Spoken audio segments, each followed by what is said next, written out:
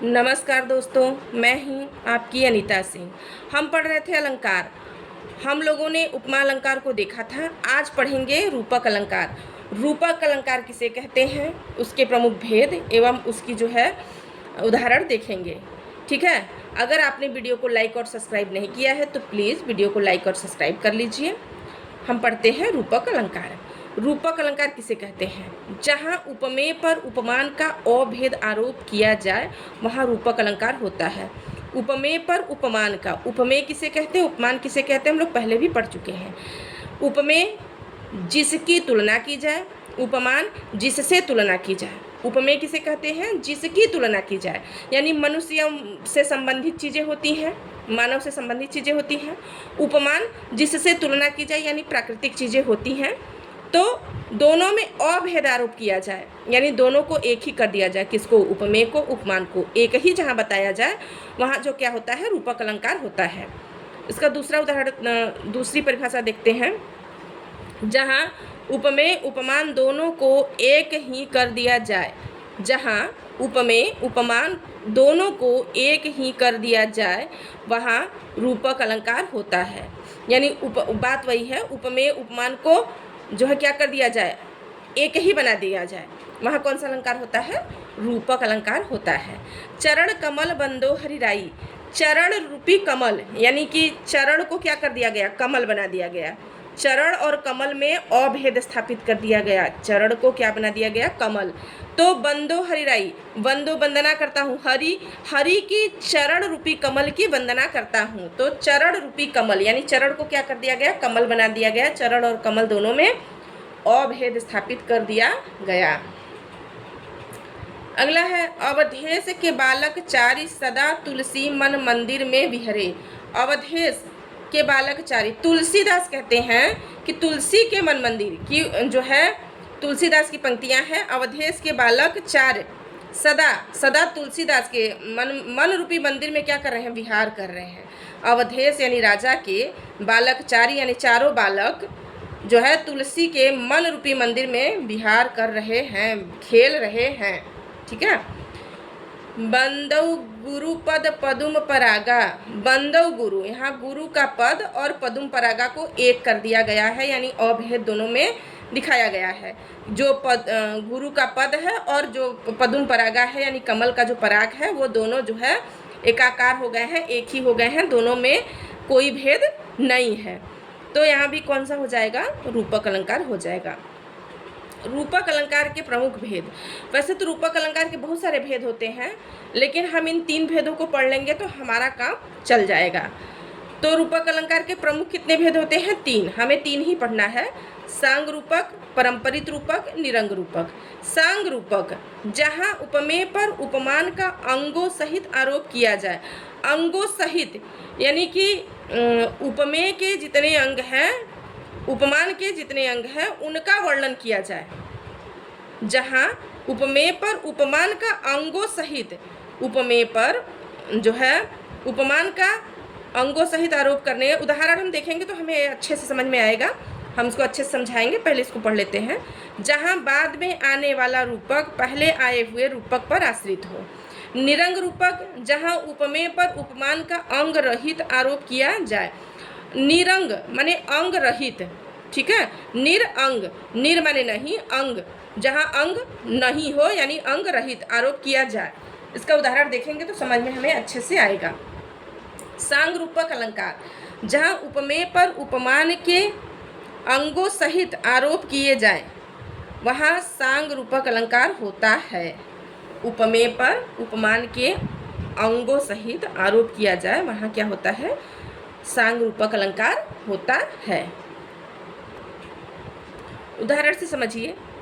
बीती विभावरी जागरी, अंबर पनघट डुबो रही, तारा घट उषा नागरी। बीती विभावरी, विभावरी माने होता है रात, यानी रात बीत गई है, जागरी यानी जाग जाओ। अंबर पनघट डुबो रही, तारा घट उषा नागरी। उषा रूपी नागरी, नागरी यानी स्त्री, औरत। तो उषा रूपी स्त्री अंबर रूपी पनघट में तारा रूपी घड़ा डुबो रही है। यहाँ पे क्या है? चारों इसके पूरे अवयव हैं। क्यों? पानी भरने के लिए पुराने ज़माने में पानी जो है कहाँ भरी जाती थी, या तो जो है तालाब से पानी आता था या कुएं वगैरह से पानी आता था, ठीक है, या तालाब पे पानी भरने जाए या कुएं पर पानी भरने जाए तो ज़रूरी चीज़ें क्या होती थी, घड़ा, पनघट होना चाहिए, जहाँ से पानी भरते हैं उसे पनघट कहते हैं, और पानी भरने के लिए घड़ा होना चाहिए और पानी लाने वाली होनी चाहिए। तो यहाँ पे जो है पानी लाने के लिए कौन है, उषा रूपी नागरी, उषा रूपी स्त्री है, और जो है अंबर रूपी पनघट, अंबर को क्या बना दिए, पनघट, अंबर रूपी पनघट है, उषा रूपी नागरी है, उषा रूपी स्त्री है, और ताराओं को तारा रूपी घट, तारा को क्या बना दिया, घड़ा बना दिया। तो घट माने होता है घड़ा। तो यहाँ जो है उपमेय जो है कौन कौन है, अंबर है, अंबर को पनघट बना दिया, तारा को घड़ा बना दिया और उषा को नागरी बना दिया। यानी पानी भरने के लिए जितने अवयव की ज़रूरत थी, जितने सारे अंग वो यहाँ जो है मौजूद हैं, इसलिए यहाँ पे कौन सा अलंकार हो जाएगा, यहाँ पे जो है सांग रूपक अलंकार हो जाएगा। यानी सारे अंग जो है, रूपक के सारे अंग यहाँ मिल रहे हैं। पानी भरने के लिए जो जो चीज़ें ज़रूरी है, अंबर रूपी पनघट, यानी पनघट भी है, घड़ा भी है, और क्या है, स्त्री भी है, ठीक है। तो पानी भरने के लिए जितनी चीज़ें चाहिए थी सब है। अंबर को पनघट, तारा को घड़ा और उषा को नागरी जो है यहाँ बताया गया है, इसलिए यहाँ पे कौन सा अलंकार हो जाएगा, सांग रूपक अलंकार हो जाएगा। उदित उदयगिरी मंच पर रघुवर बाल पतंग। उदित उदयगिरी, उदयगिरी जहाँ से सूर्य निकलता है, तो उस मंच पर उदित, जहाँ से उदित होता है कौन, सूर्य, तो उदयगिरी, उदित उदयगिरी मंच पर रघुवर बाल पतंग, रघुवर रूपी यानी राम रूपी, बाल पतंग, पतंग यानी सूर्य, बाल पतंग, तो यहाँ पतंग किसको कहा गया है, सूर्य, ठीक है। राम रूपी बाल पतंग, छोटा जो है बाल पतंग से मतलब है कि उगता हुआ, सुबह सुबह का उगता हुआ सूर्य, ठीक है। सूर्य जब अपने प्रचंड तेज पर नहीं रहता है, सुबह सुबह क्या होता है, लालिमा जब छाती है तब का जो है यह वर्णन है, और उसी को क्या कहते हैं, बाल पतंग कहते हैं।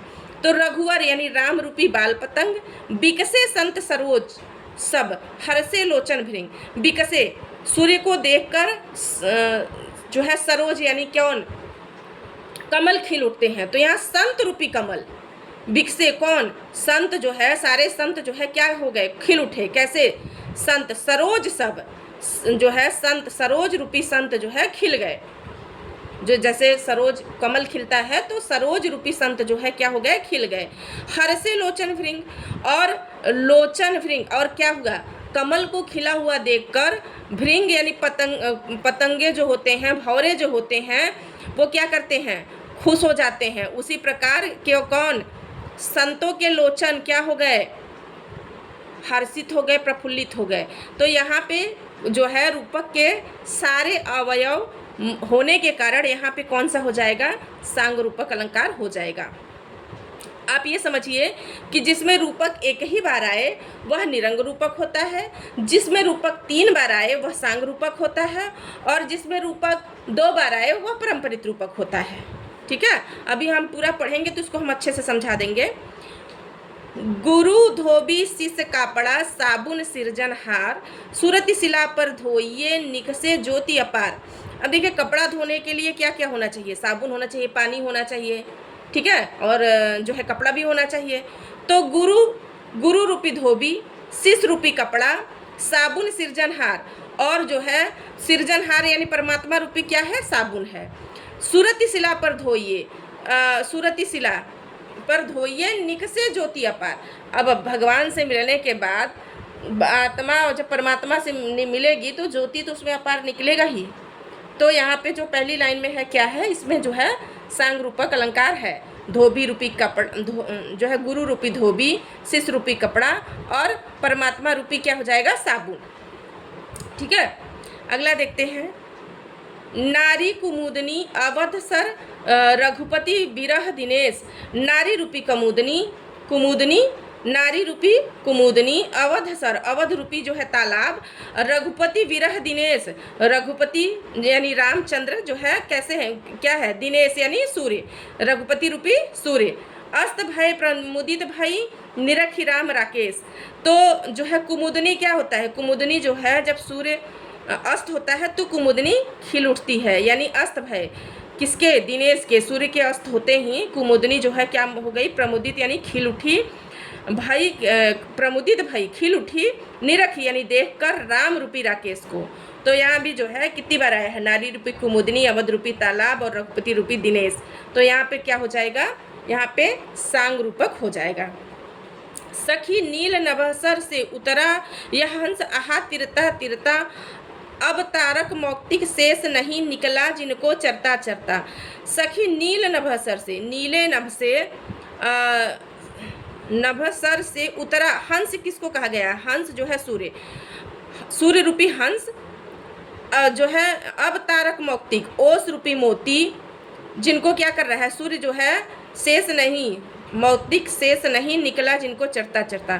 तो नीले आकाश से, नीले आकाश से नभ सर में उतरा वह हंस, नभसर, सखी नील नभसर से में उतरा यह हंस आहा तिरता तिरता, यानी सूर्य जो है आराम से धीरे धीरे उतर रहा है और वह मोतियों को, किसको, मोतियों को चुग रहा है। हंस किसको खाता है, मोती को खाता है। यहाँ ओस रूपी मोती है, ठीक है, और सूर्य रूपी क्या है, हंस है, इसलिए यहाँ पे कौन सा अलंकार हो जाएगा, यहाँ पे सांग रूपक अलंकार हो जाएगा। चलिए आज का वीडियो यहीं ख़त्म करते हैं, कल हम देखेंगे अगला भेद। आज के लिए धन्यवाद, जय हिंद।